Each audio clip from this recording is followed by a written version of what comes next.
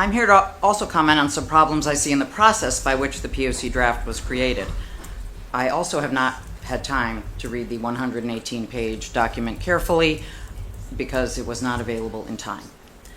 I agree with the others who've spoken about the inadequate notice and the inconvenient scheduling. Could you have chosen a time when fewer people were likely to attend? I doubt it.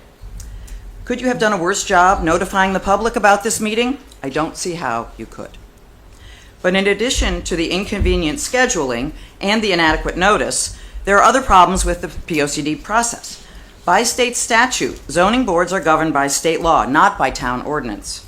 This is very deliberate because zoning boards are designed to be independent agencies acting separately from a municipality's executive and legislative board. In most towns, but not in Woodbridge, zoning commissioners are elected, not appointed, so they are directly accountable to the voters and thus more likely to listen to public input. Also by state statute, plans of conservation and development are to be created by the TPZ and not by the First Selectman or Board of Selectmen. This is for the express purpose of maintaining a check on the chief executive. We are all seeing every day what happens when our democratic system of checks and balances is interfered with. Unfortunately, this is not only happening in Washington, D.C., it is happening here in Woodbridge.